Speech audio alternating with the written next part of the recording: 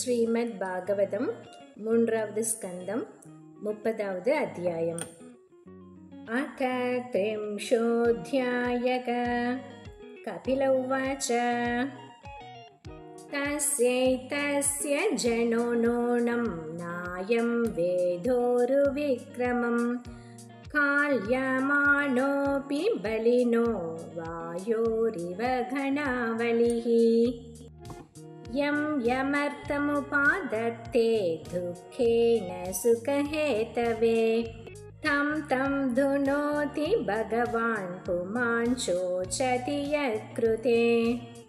यद्ध्रुवस्य देहस्य सानुबन्धस्य दुर्मतिः ध्रुवाणि मन्यते मोहात् गृहक्षेत्रवशूनि च जन्तुर्वैभव एतस्मिन् यां यां योनिमनुव्रजेत्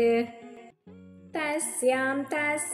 स लभते निर्वृत्तिं न विरज्यते नरकस्थोऽपि देहं वै न पुमांस्त्यक्तुमिच्छति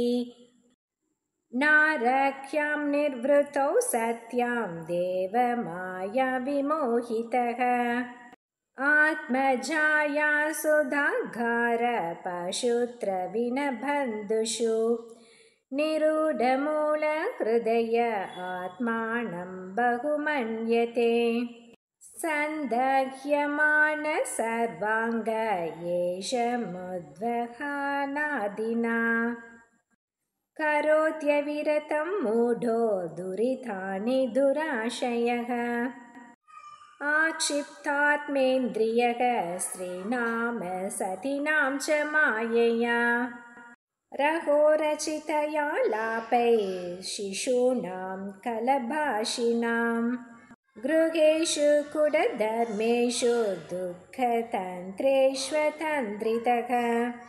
कुर्वन् दुःखप्रतिकारं सुखवन्मन्यते गृही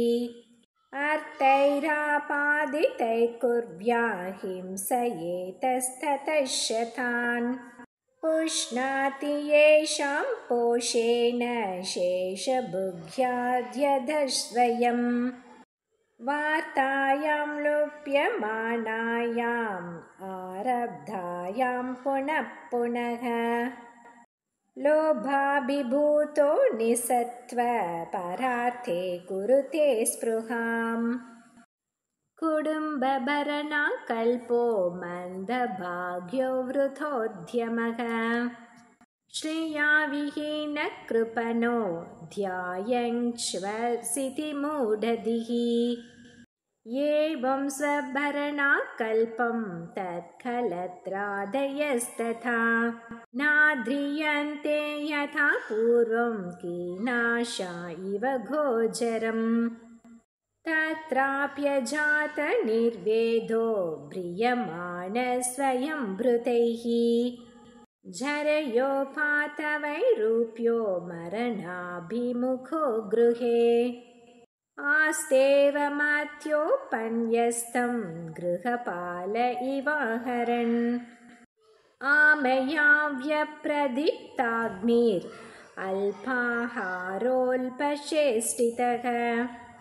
वायुनोत्क्रमतोत्तार कपिसमृद्धनाटिकः काशश्वासकृतयास कण्ठे गुरगुरायते शयानपरिशोचद्भिः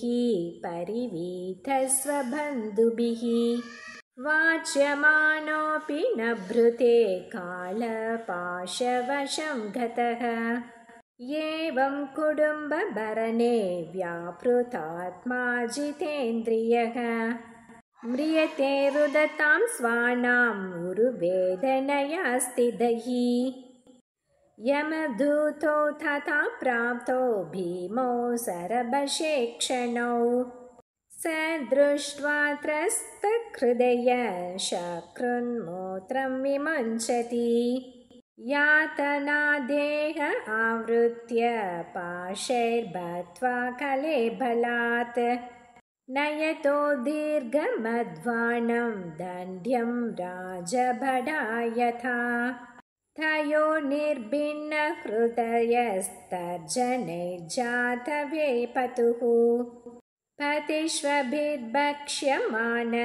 आर्तोघं स्वमनुस्मरन् क्षुद्रुत्परितोर्गतवानलानिलैः सन्तप्यमानः पतितप्तवालुके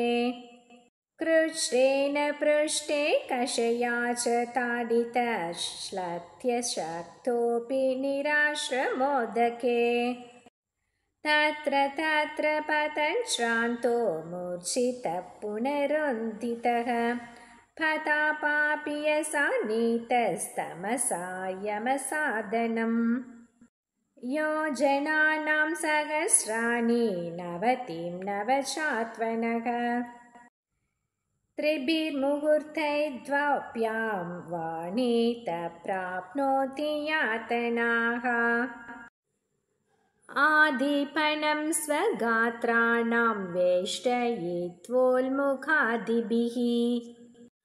आत्ममां साधनं क्वापि स्वकृतं परतोऽपि वा जीवतः शान्त्राभ्युद्धारश्वकृद्रैर्यमसाधने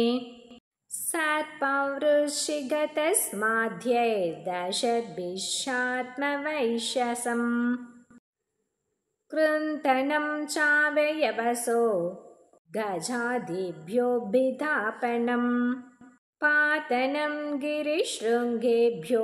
रोदनं चाम्बुघर्तयोः यास्तामिश्रान्ददामिश्रा रौरवाद्याशयातनाः भुङ्क्ते नरो वा नारी वा मितशङ्गेन निर्मिताः अत्रैव नरकः स्वर्ग इति मातः प्रचक्षते या यातना वै नारक्यस्ता इहाप्युपलक्षिताः एवं कुटुम्बं बिभ्राण बुधरम्भर एव वा विसृज्येहोभयं प्रेत्य भुङ्क्ते तत्फलमीदृशम्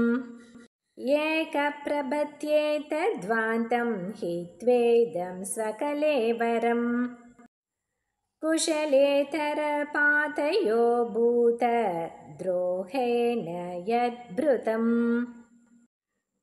दैवेनासदितं तस्य शमलं निरये पुमान् भुङ्क्ते कुटुम्बपोषस्य कृतवित्त इवातुरः केवलेन ह्यधर्मेण कुटुम्बभरणोत्सुकः याति जीवोन्धतामिश्रं चरमं तमसः पदम् अधस्तान्नरलोकस्य यावतीर्यातनादयः ग्रमस्य समनुक्रम्य पुनरत्राव्रजेच्छुचिः इति श्रीमद्भागवते महापुराणे पारमहंस्यां संहितायां तृतीयस्कन्धे कापिलेयोपाख्याने कर्मविपाको नाम 30ोऽध्यायः। श्रीहर्ये नमः। श्रीहर्ये नमः। श्रीहर्ये नमः। गोपिका जीवनस्मरणं गोविन्दा गोविन्दा। सद्गुरुनाथ महाराज की जय।